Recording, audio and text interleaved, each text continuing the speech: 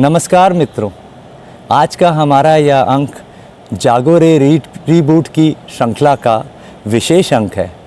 मैं हूं corona warrior Sudhanshu Rastogi, Lucknow से। जैसा आप जानते हैं कि योग का हमारे दैनिक जीवन में कितना महत्व है। प्राचीन काल से ही योग प्रचलित रहा है। रोग मुक्त जीवन के लिए योग युक्त होना पड़ेगा। योग साधना के बल पर ही कोई व्यक्ति योगी बन सकता है। योग का वर्णन शास्त्रों से लेकर पुराणों तक किया गया है और आज से आपको रोग मुक्त करने के लिए योग के कुछ महत्वपूर्ण भागों से परिचित कराऊंगा और यह योगा ही है जो हमारे शरीर को रीबूट करेगा, यानी कि पुनर्जागृत करता है। और आज हमारे साथ हैं योग गुरु श्री कृष्ण दत्त मिश्रा जी, जो आयुष मंत्रालय के ज़िला लखनऊ के कोऑर्डिनेटर हैं, जो आपको संक्षेप में योग से जुड़ी हुई कुछ रोचक बातें बताएंगे। और योगा गुरु छावनी परिषद से भी जुड़े हैं और कई स्कूलों में भी योग शिक्षा देते चले आ रहे हैं। अब आपको इसके आगे मिश्रा जी आगे बताएंगे। नमस्कार साथियों, जैसा सुधांशु जी ने बताने को, तो अनंत ऊर्जा यानी इच्छा शक्ति, आपके बिना इच्छा शक्ति के हम कुछ भी संभव नहीं कर सकते हैं और उसका सहयोग, उसका रास्ता योग है। और वह आपको योग की पहली सीढ़ी हमें अगर मिलती है तो हमारे पतंजलि ऋषि आपके उसको अष्टांग मार्ग जिसको कहा जाता है, अष्टांग मार्ग के द्वारा हम इसको पार कर सकते हैं। अगर आपने इसको पार कर लिया और योग की परिभाषा अपने अंदर निहित कर ली तो सच मानिए आप अमृत अपने अंदर घोल रहे हैं। और इसी अमृत पान को हमें करने के लिए यहाँ पे योग की परिभाषा को अगर आप अपने अंदर निहित करना चाहते हैं तो उसको ये केवल किताबी पुस्तकों का ज्ञान से नहीं काम चलेगा, बल्कि अभ्यास से काम चलेगा और नित्य प्रतिदिन करना पड़ेगा। जैसे आप नित्य प्रतिदिन खाना खाते हैं उसी तरह से आपको इसको करना पड़ेगा। इसीलिए हमारे पतंजलि ने पहली लाइन लिखी है किताब में कि योग चित्त वृत्ति निरोधा, यानी अपने वृत्तियों को निरोध करना सीख लें तो आप स्वस्थ हो जाएंगे। क्या है? अनुशासन है, नियम है, पालन है, प्रत्याहार है, धारण है, ध्यान है, समाधि है। यही अष्टांग मार्ग हैं और इन्हीं अष्टांग मार्गों से हम चलकर अपने उस योग की परिसीमा को प्राप्त कर सकते हैं। तो हमारा देश भारत आज पूरी तरह से इसको अपने सार्थकता को फैला रहा है। लोग मान रहे हैं कि वास्तव में योग बहुत बड़ी चिकित्सा विज्ञान है और इस विज्ञान पद्धति को अपनाकर यूरोप में, विश्व में कल्याणकारी हो रहे हैं। इसी से हमारा भारत अपने को प्रस्तुतिकरण करता है, यानी सर्वे भवन्तु सुखिनः की धारणा लेके चलता है और उस धारणा को वसुधैव कुटुंबकम में परिवर्तित करता है, जहाँ पर आपका पूरा समूचा विश्व परिवार है, यानी आप सबके लिए कल्याणकारी कर रहे हैं। और योग तो इसकी परिसीमा कोई नहीं है, ये सागर है, अथाह सागर है। जितनी डुबकी लगाएंगे, जितनी लौ जलाएंगे, उतना जो है आप इसको और पाएंगे। मैं कहूँगा कि आप योग में उन आसनों को करिए जो पूर्ण रूप से आपको स्वस्थ करता है। तो सर्वप्रथम प्राणायाम है। आप अगर प्राणायाम करना प्रारंभ कर दें, अपने सूक्ष्म क्रियाओं को सीख लें कि हाथ पैर कैसे हिलाए जाते हैं, आप उन चीज़ों को सीखें जो कठिनाई से नहीं बल्कि बड़ी सरलता से आप कर सकते हैं। आप दुनिया भर की मीडिया चैनल, तो आइए जाने कौन से वो आसन हैं और प्राणायाम हैं। तो सबसे पहले 3 प्राणायाम बहुत महत्वपूर्ण हैं आपके इस पूरे शरीर के प्रतिरोधक क्षमता को बढ़ाने के लिए, जिसमें भस्त्रिका है। तो दोनों हथेलियों को आपने जांघ पे रखा और पूरी शोल्डर को सांस लिया।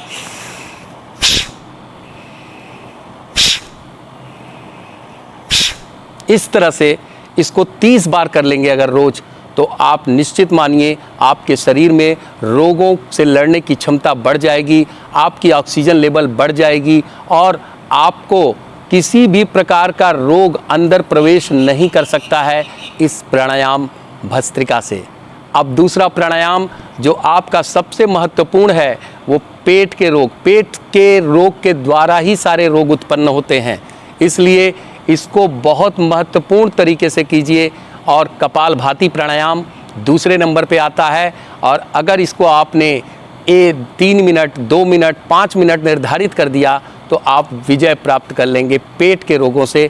पेट की कोई समस्या आपको नहीं हो सकती है। कैसे करना है ध्यान दीजिएगा। आप पूरी सांस एक बार गहरी ले लीजिए और बिल्कुल सीधा रीढ़ आपका होगा स्पाइनल, और फिर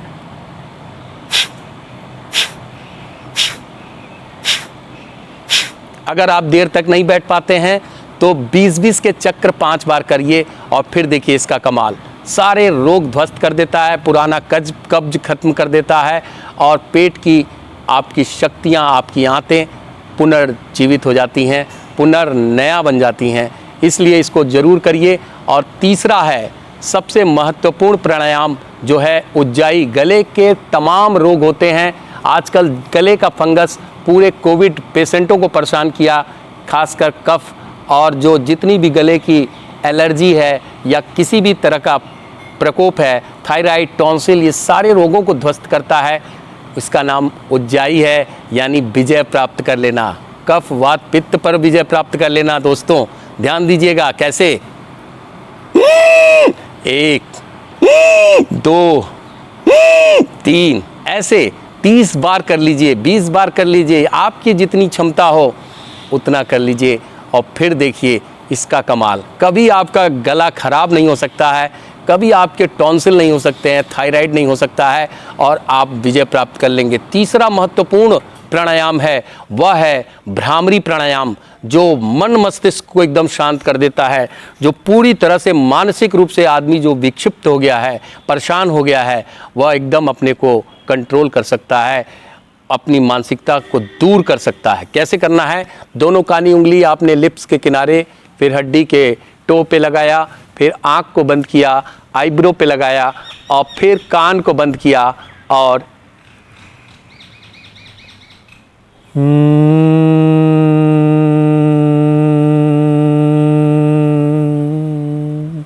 जितनी देर सांस को रोक के नाक से निकालेंगे और आप एक आवाज़ निकालेंगे तो आपके माथे में कंपन होगा, एक ब्रह्मांड रूपी आपको जो है अंधकार मिलेगा, लेकिन उसी में आपको पूरी एनर्जी मिलेगी, आपके न्यूरॉन्स पावर क्षमता बहुत बढ़ जाएगी। बहुत बहुत धन्यवाद। योग करें, रहे निरोग। धन्यवाद। दोस्तों अभी आपने योग गुरु मिश्रा जी को सुना और आपने उसकी योगा के क्या बेनिफिट्स हैं उसको समझा। अब योगा जो जैसा मैं समझता हूँ, मैं पहले कुछ उस तरह से बताना चाहूँगा और उसके बाद फिर हम उस टॉपिक को योगा को योग से कैसे कनेक्ट करते हैं वो थोड़ा सा व्यू पॉइंट बताएंगे। ऐसा माना जाता है कि शारीरिक आसनों की प्रक्रिया जो पहले शरीर का संतुलन करती हैं, सांसों को कंट्रोल करती हैं, तो शरीर शांत होता है, तब हृदय तक वह चित्त और मन की हलचल को शांत कर देता है। इस पे एक रेफरेंस आता है कि गॉड स्पीक्स इन साइलेंस। तो गॉड, हमारे अंदर की जो प्रक्रिया है वो भी भगवान के ही उससे चलती है। तो जब वो प्रक्रिया टोटल शांत हो जाती है तब भगवान की बात हमें सुनने का मौका मिलता है। उस प्रक्रिया को कहते हैं योग। तब हमारा मन चित्त धीरे धीरे योगा अध्यात्म की तरफ जब ये सब हो जाता है, शरीर जब एक शांत हो जाता है तो वो योग आध्यात्म की तरफ आकर्षित होता है। जैसे आपने कभी देखा होगा तो कितना सुंदर सा है ब्रह्म कुमारी इसकी जो शुरुआत है, क्या कहता है उसमें, क्या आता है आपका, आई एम ओम शांति ओम, I am a peaceful soul. मेरी आवाज़ नहीं अच्छी है लेकिन वहाँ बहुत सुंदर आता है। ये विचार ही हमें देखिए कितना शांति दे देता है। तब हमारी बॉडी रिसीविंग माइंड होती है और जब रिसीविंग माइंड बनती है तब हमारा उधर रुझान होता है और एवरीथिंग ये जैसे हम मानते हैं ना, everything happens with practice and later it becomes our strength and it's inspires us. And फिर सो योगा एक शारीरिक क्रिया है, प्राणायाम जो किसी भी और साधन में संभव नहीं है, क्योंकि प्राणायाम से आपके अंदर जितनी भी ये ऑक्सीजन है, आपके ये जितने भी वो करते हैं वो पूरा अंदर तक जाती है, वो किसी और प्रक्रिया से नहीं हो सकती, वो प्राणायाम से ही हो सकती है। Healthy body, healthy mind helps us in going in the right track. वह हमें भटकाता नहीं है, हम अपनी सही दिशा की तरफ चलते हैं। एक शब्द आता है जिसको कहते हैं पुरुषार्थ। पुरुषार्थ अपने में एक कंप्लीट शब्द है, कंप्लीट मैसेज देता है कि जब ये सारी चीज़ें सेट हो जाती हैं तब हमारा पुरुषार्थ जब होता है, और वही हमारा, और उस पुरुषार्थ के थ्रू हम जब एफ़र्ट करते हैं तो वह हमें अपने डेस्टिनेशन की तरफ ले जाता है, हमारे फाइनल डेस्टिनेशन, और हमें आगे बढ़ने का मौका मिलता है। फाइनल डेस्टिनेशन क्या है? फाइनल डेस्टिनेशन है कि हम ज्ञान की तरफ बढ़ें, योगा से योग की तरफ बढ़ें। एक मूवी थी सरकार, उस सरकार मूवी में एक बहुत स्ट्रॉन्ग मूवी थी, और उसमें एक बहुत ही इम्पॉर्टेंट डायलॉग था सरकार का कि सरकार कोई इंडिविजुअल नहीं है, सरकार एक सोच है। तो हमें ज्ञान के बाद हमारी सोच बदलती है। कोई ऐसा नहीं कि हम भगवा पहन लेने से या कुछ भी पहन लेने से हमारे में बदलाव आ जाता है, या कोई भी वस्त्र पहन लेने से हमारे में बदलाव आ जाता है। हमारी सोच में बदलाव आना चाहिए, वही हमें हेल्प करती है आगे बढ़ने के लिए।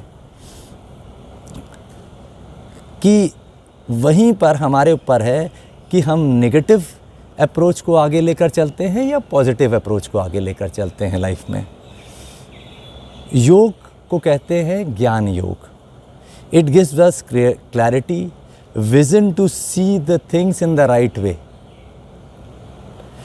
हमारा विवेक जगाता है, हमारी इनर वॉइस क्या है?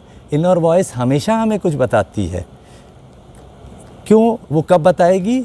जब गॉड स्पीक्स इन साइलेंस। और साइलेंस कब होगा? जब योगा करके हमारा शरीर मन सब शांत हो चुका होगा। मन की शांति के लिए तो योग ज़्यादा ज़रूरी है, लेकिन जब हमारा शरीर और सारी प्रक्रियाओं को करके शांत हो चुका होगा, तो उस प्रोसेस में जब शांति आएगी तो हम अपनी इनर वॉइस को सुन सकेंगे, और वही इनर वॉइस हमारी भगवान की आवाज़ होती है। That is the best suggestion. But usually हमने देखा है कि हम जब इमोशन में होते हैं, हमारे में अंदर बहुत ज़्यादा हलचल होती है, तो हम उन इमोशन के कारण जो हमें इनर वॉइस आ रही होती है उसको हम ओवरलुक कर देते हैं लाइफ में, और उसको सप्रेस भी कर देते हैं। तो ऐसे में फिर हमारे में इम्प्रोवाइजेशन, हमारे में सुधार की प्रक्रिया नहीं होती है। तो ये जो है, ये जो प्रोसेस है, this brings us to the link to the God. Surrender भाव में अगर हम इस सब्जेक्ट पे जाएं तो मैं उसको इसलिए और डीप में नहीं जाना चाहता हूँ, क्योंकि आप समझते हैं योग अपने में एक बहुत ही बड़ा सब्जेक्ट है, और इतनी लेयर्स हैं कि अगर आप समझें कि एक 10 मिनट और 15 मिनट और 5 मिनट के वीडियो में कोई किसी को कुछ बता सकता है, तो मुझे तो उम्मीद नहीं है कि ऐसा हो पाएगा। वो उसकी प्रोसेस को हमने डिस्कस कर लिया है। आगे की कभी किसी वक्त योग के बारे में हम लोग ज़रूर डिस्कस कर सकते हैं। हमें एक एग्ज़ाम्पल छोटे से देना चाहेंगे, उसमें अपने को भी ले लूँगा मैं। हमारे सामने एक लिविंग एग्ज़ाम्पल है, उनका नाम है मोदी जी। क्योंकि योग तो वो रोज़ करते हैं, 1.5 घंटे का करते हैं एक्सरसाइज और योग। और अगर आप देखें उनकी पॉलिटिकल और चीज़ों को छोड़ दें तो वो धीरे से जन कल्याण की ही तरफ ध्यान देते हैं। हम इसको पॉलिटिकल स्टेटमेंट नहीं ले रहे हैं, ना मैं किसी पार्टी का हूँ, है ना। और एक आपके सामने एक आम आदमी भी बैठा है, उसका नाम है सुधांशु रस्तोगी। वो भी यही करता है, वो भी योगा में रेगुलर है और योग की तरफ चलता है। तो आप भी ऐसा कर सकते हैं, ऐसा ही मेरा मानना है। यही मेरी आप लोगों से रिक्वेस्ट है, यही मेरा गुजारिश है। धन्यवाद। सुधांशु रस्तोगी आपके साथ। धन्यवाद।